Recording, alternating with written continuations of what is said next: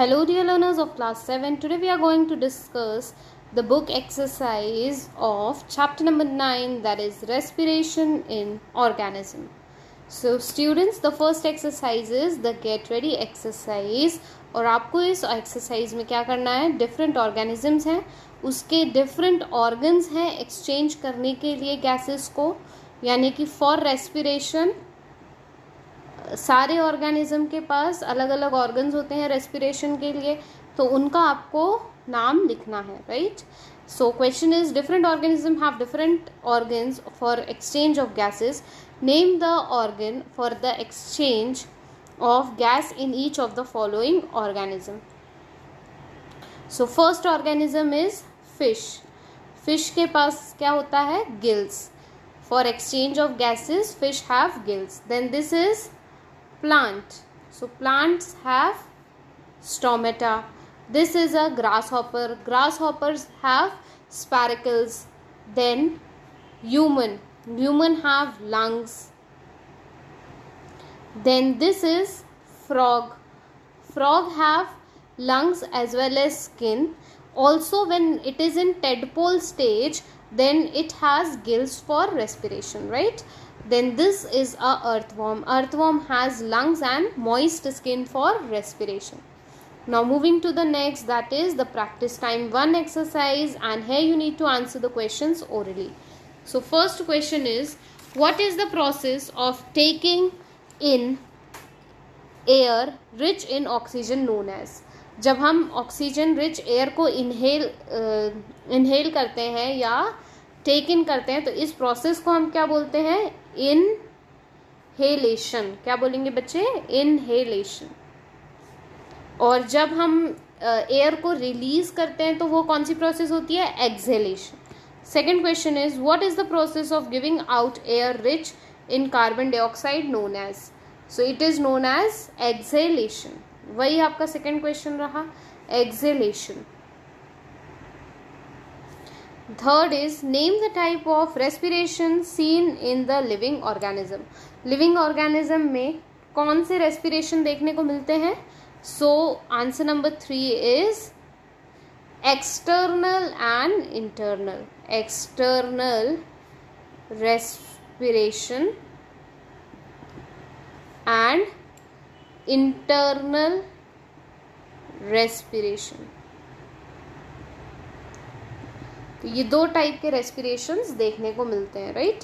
Question number 4, is cellular respiration the same as the external respiration? जो cellular respiration है वो external.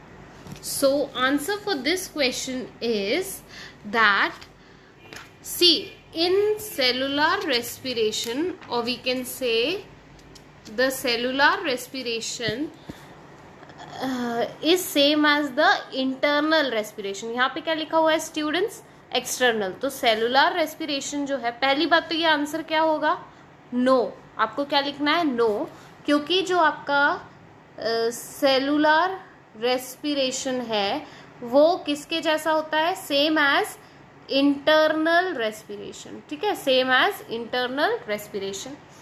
अब क्योंकि जो सेलुलर रेस्पिरेशन है उसमें फूड जो है वो क्या होगा, ऑक्सीडाइज होगा. ठीक है, फूड ऑक्सीडाइज होगा एनर्जी को रिलीज करने के लिए. एनर्जी किस लेवल पे रिलीज होगी, सेलुलर लेवल पे, या सेलुलर लेवल पे एनर्जी का रिलीज होता है यहाँ पे. तो ये पूरा आंसर जो है आप ऐसे बोल सकते हैं इसको कि no, cellular respiration is same as the internal respiration. During cellular respiration, food is oxidized to release energy at cellular level. So this is the correct answer. Now moving to the fifth question, why is the amount of energy released in anaerobic respiration lesser than the aerobic respiration? Question को समझना बहुत important है. Question में पूछा जा रहा है कि जो अमाउंट है एनर्जी का वो एनएरोबिक जो रेस्पिरेशन है उसमें कम है और एरोबिक रेस्पिरेशन में ज़्यादा एनर्जी रिलीज हो रही है. तो ऐसा क्यों है ये पूछा गया आपसे. तो मैं आंसर नंबर 5 आपको यहाँ पे एक्सप्लेन करके बताती हूँ. Answer number 5, the amount of energy released in anaerobic, कौन से, एनएरोबिक रेस्पिरेशन जो है उसमें एनर्जी कैसी रिलीज होती है, लेस, एरोबिक से कम एनर्जी। क्यों? क्योंकि जो एनएरोबिक रेस्पिरेशन है वो क्या है, एब्सेंस ऑफ ऑक्सीजन में होने वाला रेस्पिरेशन है, ठीक है। एब्सेंस ऑफ ऑक्सीजन में जो रेस्पिरेशन होगा उसको हम क्या बोलेंगे, एनएरोबिक रेस्पिरेशन। सो यहाँ जो एनएरोबिक रेस्पिरेशन है उसमें ग्लूकोज जो है वो ब्रेक डाउन होगा, किसमें, glucose break down into alcohol and carbon dioxide to release energy, and energy is released, ठीक है। एनर्जी रिलीज हो रही है लेकिन लेस एनर्जी रिलीज हो रही है, ठीक है। अब दिस इज बिकॉज, क्योंकि ग्लूकोज जो है वो पार्शियली डिवाइड होगा, यानी कि ब्रेक डाउन होगा और लैक्टिक एसिड को प्रोड्यूस करेगा। Glucose partially break down into lactic acid, break down into या फिर ब्रेक्स इनटू लैक्टिक एसिड, बस इतना ही आपको बताना है। अब इसको आप ध्यान से समझने की कोशिश करिए। The amount of energy released in anaerobic respiration is lesser than the aerobic respiration because in the absence of oxygen the glucose breaks down into alcohol and carbon dioxide and energy released is very less. This is because glucose can only be partially break down into lactic acid is produced and the lactic acid is produced. जब glucose partially break down होता है तो lactic acid वहाँ पे produce होता है, इतना आपको समझना है यहाँ पे। Now moving to our next exercise.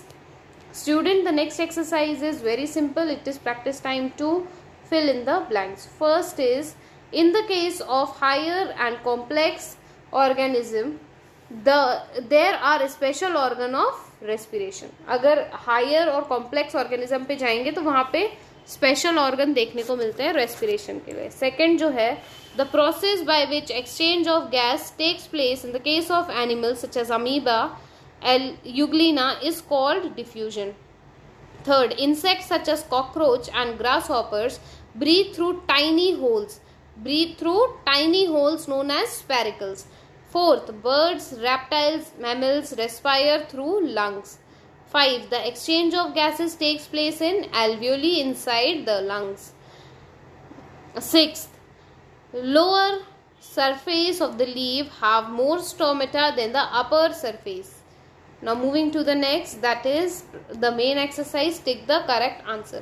First, which of the following process release energy to perform work in living organism? It is respiration. Second, how many types of respiration are there? कितने type के respiration है? 2 type के. Then third, the compound that accumulate in the muscle cause cramp is lactic acid. Fourth, which of the following is used by the earthworm to respire? Skin. 5. Which of the following does not exchange the gas such as oxygen and carbon dioxide take place in human respiratory system? It is alveoli.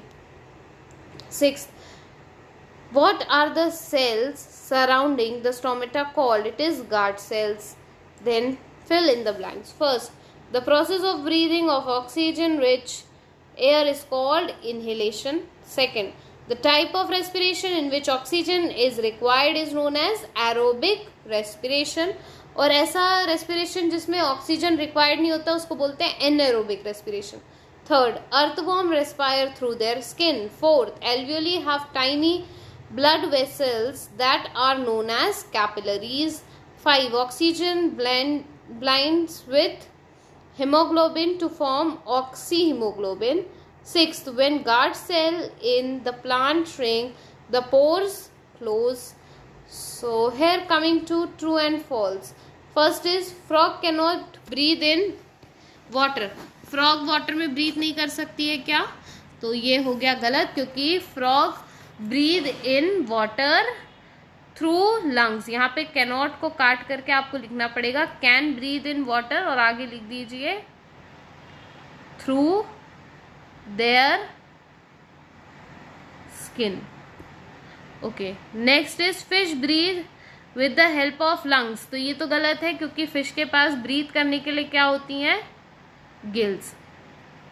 Third, respiration and breathing are the same process. गलत है, respiration और breathing same process नहीं है, different process है. Then four, only trachea is involved during exhalation. तो ये गलत है, ट्रैकिया ओनली नहीं, यहाँ पे आना चाहिए वेरियस ऑर्गन्स, तब जाके ये स्टेटमेंट करेक्ट होगा. 5, respiration and photosynthesis are 2 different process. ये है true. So moving to the next, we have match the column. So first is external respiration. External respiration एक ऐसा रेस्पिरेशन है जहाँ पे रिच एयर जो है, जो रिच है ऑक्सीजन में, उसको हम ब्रीद इन करते हैं और ब्रीद आउट करते हैं air rich in carbon dioxide. तो इसको आप इससे मैच कर सकते हैं. Then cellular respiration, exchange of gas in the cells, उसको सेलुलर रेस्पिरेशन. स्पेरिकल्स क्या होंगे? स्पेरिकल्स एक ऐसी ओपनिंग है या ऐसा होल है स्किन में कॉकरोच और ग्रासहॉपर्स की, जिनके थ्रू वो गैस का एक्सचेंज करते हैं. एल्वियोली, एल्वियोली क्या होता है? Tiny sac inside the lungs where the exchange of gas take place. 5 है स्टोमेटा. तो स्टोमेटा पोर्स होते हैं जो कि प्रेजेंट होते हैं लीव्स में, which exchange of gas takes place. Now moving to the very short answers. This is define the following. The second one is give one word or 2 word answers. So first is name the body parts involved in the exchange of gases in earthworm. So it is skin. B, name the gas that we inhale during breathing. It is oxygen, O2. Then third, name the part of the body where cellular respiration take place. नाम से ही clear है, cellular respiration है तो कहाँ होगा? Cells में. Then D, the organs of respiration in insects such as cockroach and grasshopper, it is spericles. Now moving to the next, that is the fun activity.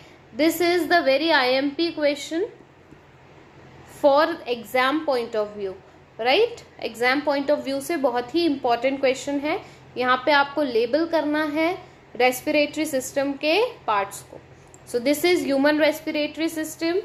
So first is the nose, then second comes the pharynx, tongue, trachea. This portion is trachea. These two are lungs. ये दो क्या हैं? Lungs हैं.